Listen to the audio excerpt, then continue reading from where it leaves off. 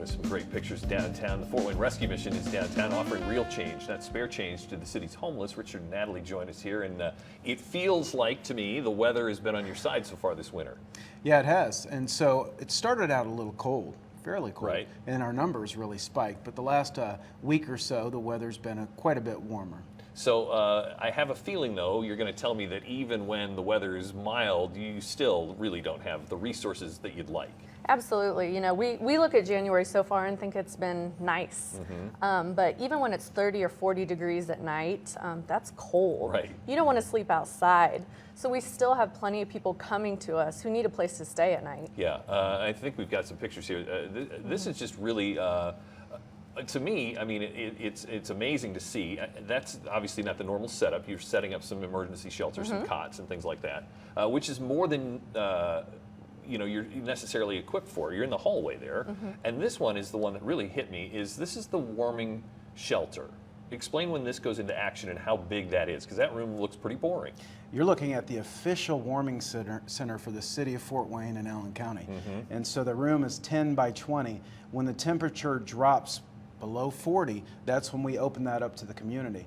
But as you could see with the cots in the hallways and the cots in the chapel, our bed space is low and not adequate for the amount of people we're seeing during the winter time. Yeah, so I mean, there's some guidelines in place that help people know, when that is open. But even to call that, I mean, you can understand why people might not want to go there and why you need more space. Yeah, we definitely need more space.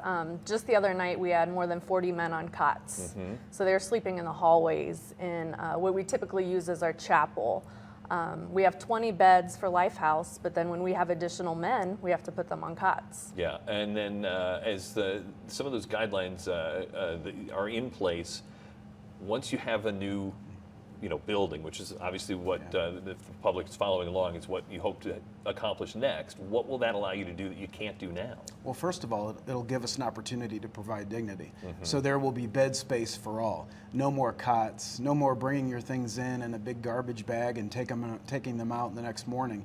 So we're going to provide dignity. We're going to go from having 120 some beds and 75 cots to the capacity for 325 beds. It's just going to do so much more for dignity, giving people, a nice place to stay as they're working through their problems. Do you ever get pushback that people are like, well, I don't want it to be too nice? Yeah, of course. You don't want it to be too comfortable. You don't want them to rely on us forever.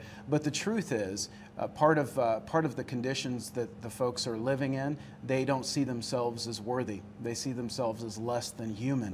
And so we say, no, we can do better as a community of compassion. We can give them not only the basic necessities, but a nice place to stay so that they can work on the trauma or the addiction or the mental health issues that they have. I'm sure if somebody's watching and has $1 million check, you would be more than happy to take that. For the most part, though, people in the audience could do what as far as advancing the cause? There are some things we always need volunteers at the Rescue Mission. As far as donations, besides monetary donations, we are in need of men's underwear, deodorant, razors, and foot powder. Those are some of the main needs we have right now. Yeah, because again, people think about, you see the homeless person, you're thinking, okay, they might need food, but all those other items you just mentioned are pretty essential too, and not easily to get, when you're homeless. That's right.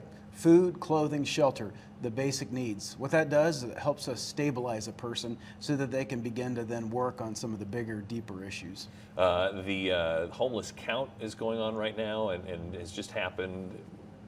The need is great, whatever that number is going to come back as, right? Oh yeah, the need is great, and actually that's only a snapshot. The need is even greater than what the point-in-time count would suggest. The point-in-time count doesn't take into consideration what we call precariously housed individuals. Those are people that are sleeping on couches and with family or friends, and so the number is always quite a bit higher, the real number.